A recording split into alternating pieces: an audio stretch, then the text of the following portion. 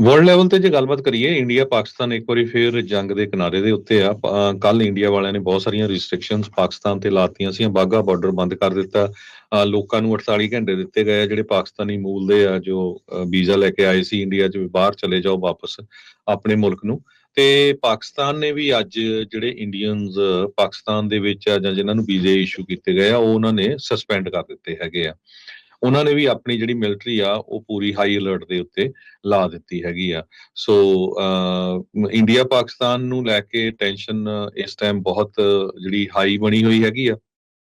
ਤੇ ਇਹ BBC report ਕਰ ਰਿਹਾ ਹੈਗਾ। ਪਾਕਿਸਤਾਨ ਦੇ ਵਿੱਚ ਵੀ ਵੱਡੀ ਗਿਣਤੀ 'ਚ ਟੂਰਿਸਟ ਜਾਂਦੇ ਆ, ਖਾਸ ਕਰਕੇ ਸਿੱਖ ਵੀ ਜਾਂਦੇ ਹੈਗੇ ਆ। ਸੋ ਬਹੁਤ ਸਾਰੇ ਲੋਕਾਂ ਨੇ ਅਮਰੀਕਾ ਤੋਂ ਪਾਕਿਸਤਾਨ ਤੇ ਪਾਕਿਸਤਾਨ ਤੋਂ ਇੰਡੀਆ ਜਦੋਂ ਜਾਂਦੇ ਆ, ਹੁਣ ਉਹ ਬਾਘਾ ਬਾਰਡਰ ਬੰਦ ਆ। ਤੇ ਮੇਕ ਸ਼ੋਰ ਕਰ ਲਿਓ ਜਿਨ੍ਹਾਂ ਨੇ ਪਾਕਿਸਤਾਨ ਦੇ ਵਿੱਚ ਗੁਰਧਾਮਾਂ ਦੇ ਦਰਸ਼ਨ ਕਰਨ ਜਾਣਾ ਹੈ ਤੇ ਉਹਨਾਂ ਨੂੰ ਗਾਹਾਂ ਉੱਥੇ ਪ੍ਰੋਬਲਮ ਨਾ ਆਵੇ। ਜਿਹੜੀ ਵਾਟਰ ਟਰੀਟੀ ਦੀ ਨੂੰ ਲੈ ਕੇ ਪਾਕਿਸਤਾਨ ਨੇ ਇੰਡੀਅਨ 에ਅਰਲਾਈਨਸ ਦੇ ਲਈ 에ਅਰ ਸਪੇਸ ਬੰਦ ਕਰ ਦਿੱਤਾ ਆ।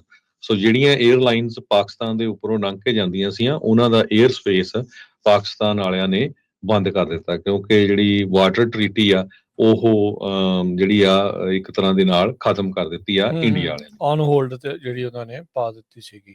ਸੋ ਇਹ ਜਿਹੜੀ ਸਥਿਤੀ ਇਸ ਟਾਈਮ ਬਣੀ ਆ। ਸੋ ਉਮੀਦ ਤਾਂ ਇਹੀ ਆ ਹਰਜੋਤ ਸਿੰਘ ਜੀ ਵੀ ਠੀਕ ਹੋਵੇ, ਲੋਕਾਂ ਦਾ ਆਉਣਾ ਜਾਣਾ ਇੱਕ ਦੂਜੇ ਦੇ ਨਾਲ ਜਿਹੜਾ ਵਧੇ।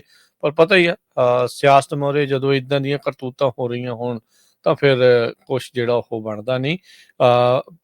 ਜਿਹੜੇ ਉਹਨਾਂ ਨੇ ਵੀ ਇੰਡੀਆ ਵਾਲਿਆਂ ਨੇ ਪਾਕਿਸਤਾਨੀ ਰਾਜਦੂਤਾਂ ਨੂੰ ਕੱਢ ਦਿੱਤਾ। ਉਧਰ ਪਾਕਿਸਤਾਨ ਵਾਲੇ ਜਿਹੜੇ ਭਾਰਤੀ ਰਾਜਦੂਤ ਆ ਉਹਨੂੰ ਵੀ ਤਲਬ ਜਿਹੜਾ ਉਹ ਕਰ ਲਿਆ।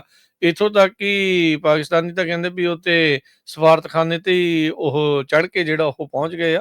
ਸੋ ਇਹ ਵੀ ਜਿਹੜਾ ਕਿਤੇ ਨਾ ਕਿਤੇ ਕੰਮ ਆ ਉਹ ਗੜਬੜ ਹੋ ਰਿਹਾ ਹੈ। ਸੋ ਇਸ ਟਾਈਮ ਕਹਿ ਸਕਦੇ ਹਾਂ ਵੀ ਆਪਣੇ ਬਹੁਤ ਸਾਰੀ ਦੁਨੀਆ ਨੇ ਲੰਮੇ ਸਮੇਂ ਤੋਂ ਇਹਨਾਂ ਦੇ ਰਿਲੇਸ਼ਨਸ ਦੇਖੇ ਆ, ਕਾਫੀ ਜਿਹੜੇ ਡਾਊਨ ਆ ਉਹ ਰਿਲੇਸ਼ਨ ਇਸ ਟਾਈਮ ਹੋ ਚੁੱਕੇ ਆ।